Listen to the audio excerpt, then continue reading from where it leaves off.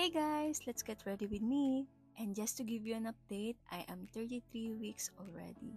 Natutulog ngayon si Victoria so I have a time para mag-prep and para ma-share ko rin sa inyo yung skincare and makeup products na ginagamit ko. And ma-share ko lang din, ibang-iba talaga yung feeling ng second trimester kesa ngayong third trimester. Feeling ko pagod na pagod ako lagi na parang gusto ko na lang lagi mahiga at yung legs ko parang laging nagnanab and nangangalay. Wala naman ako masyadong ginagawa. Siguro dahil lumalaki na rin talaga si baby. Minsan nga hindi ko na namamalaya na hinahabol ko na pala yung hininga ko samantalang bumaba lang naman ako ng hagdan.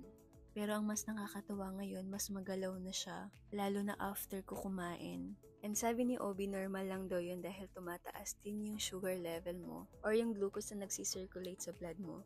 Tapos ang pinaka-peak naman ng kakulitan niya tuwing gabi or kaya hanggang madaling araw. And madalas niya na rin sinisipa yung ribs ko as in ramdam ko talaga tapos yung pusod ko parang niyang sinusuntok.